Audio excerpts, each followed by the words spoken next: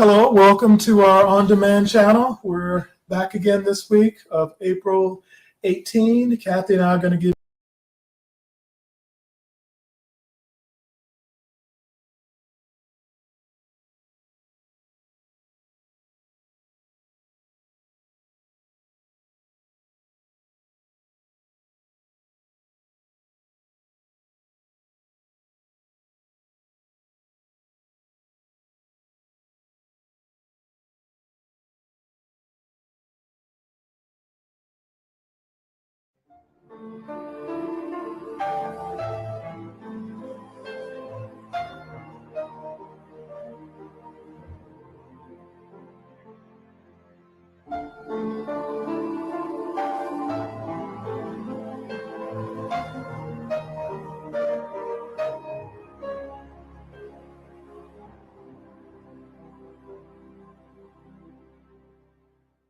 one of the biggest fears that people face when they consider the prospect of astral travel is the fear of leaving the body.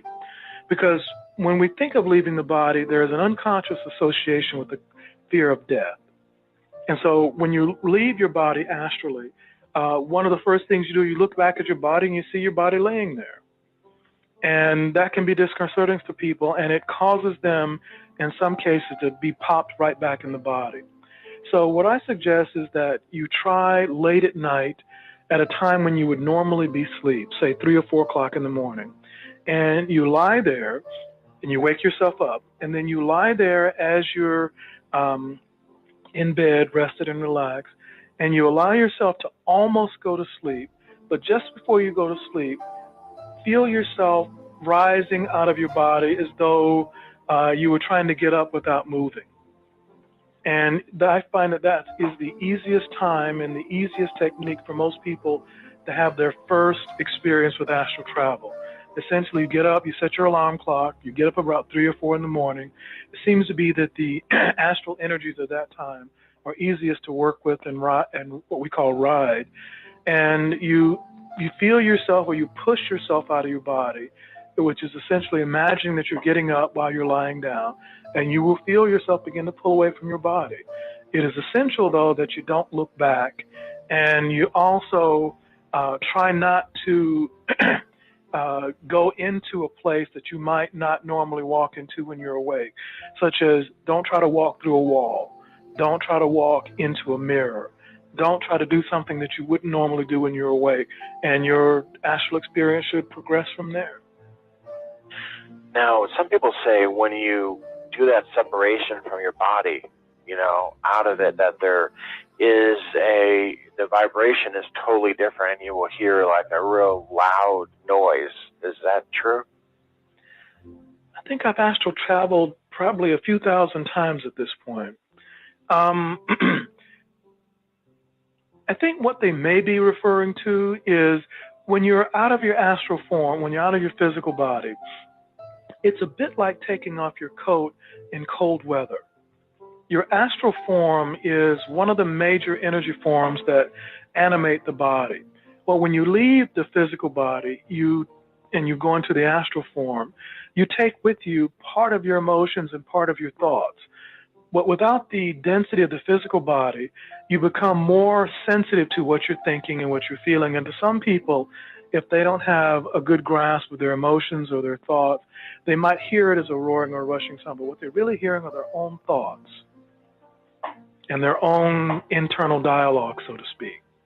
But as you become more accustomed to the process, your internal dialogue and your internal thoughts, your internal emotions tend to calm down over time, and it doesn't become such a distraction.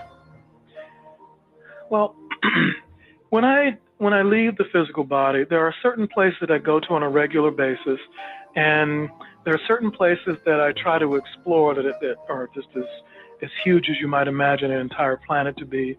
I've seen places that we could call heaven or heaven-like. Those places do exist.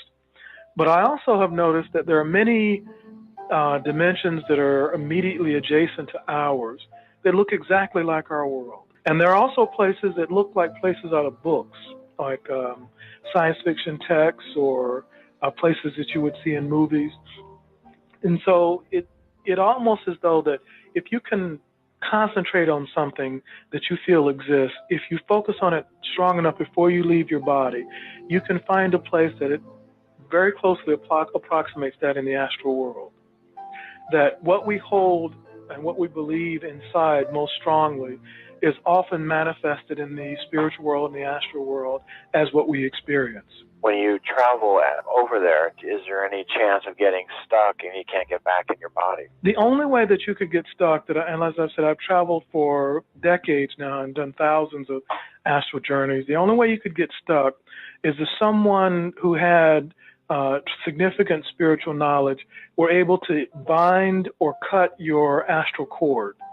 And the astral cord is a very thin, almost spider-like filament that connects your hara, which is an energy center just a little bit below your navel, to your physical body.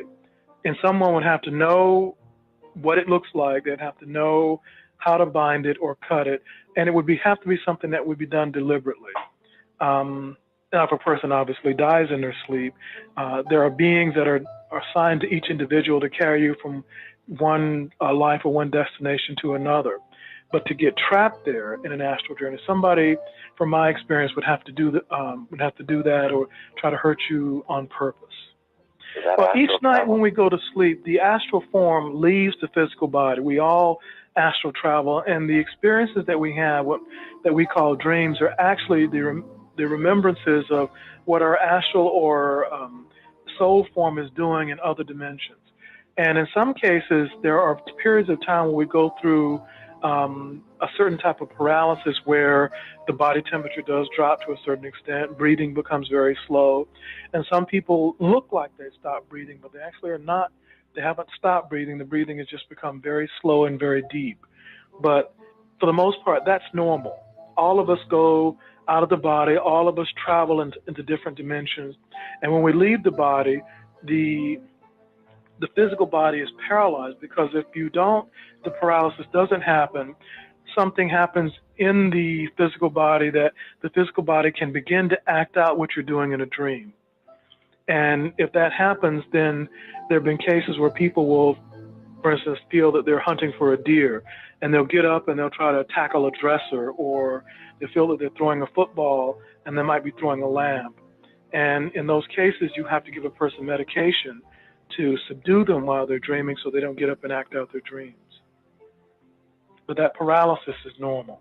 When you're on the other side, are you actually like walking or floating, or how is it like? That depends on the paradigm and the advancement of your consciousness. When you're on the other side, if you're most comfortable walking, then that's what you're going to do.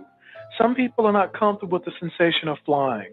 After you've gone there for a while, you notice that most people don't walk or fly.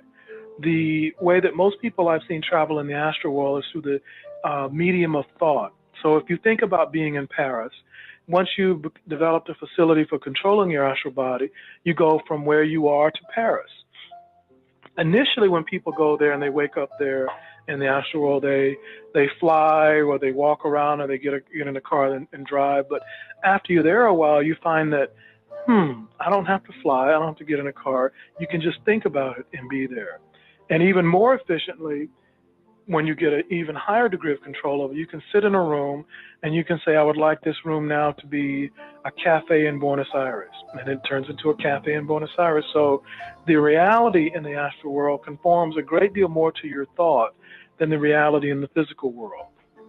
When you're traveling like this, do your loved ones who have already passed come and see you? Do they know you're traveling? Do they want to visit with you? Or yeah, one of the first things you notice is you can see your loved ones. They're still alive. They wonder why more people don't visit them.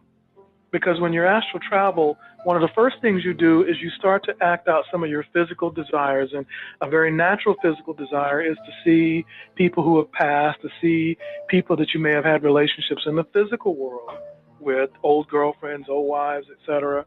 And you can have contact with them in the physical body, and you will see people that have passed, and you kind of have to get used to it, because if someone's passed and you see them again, there's a bit of a shock to your system, and there's a tendency to want to distort the experience to say, well, maybe I dreamt about it, or maybe it was something that didn't happen.